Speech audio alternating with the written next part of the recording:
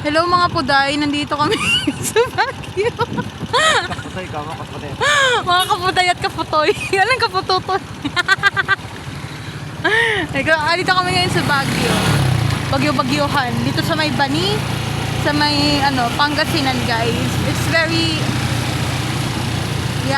mahamog. Yes, it's very hot right now because it's still raining, but only light rains. But still, the weather is cold here, and there are so many, flies. So as you can see, the road is wet, like my pussy is wet.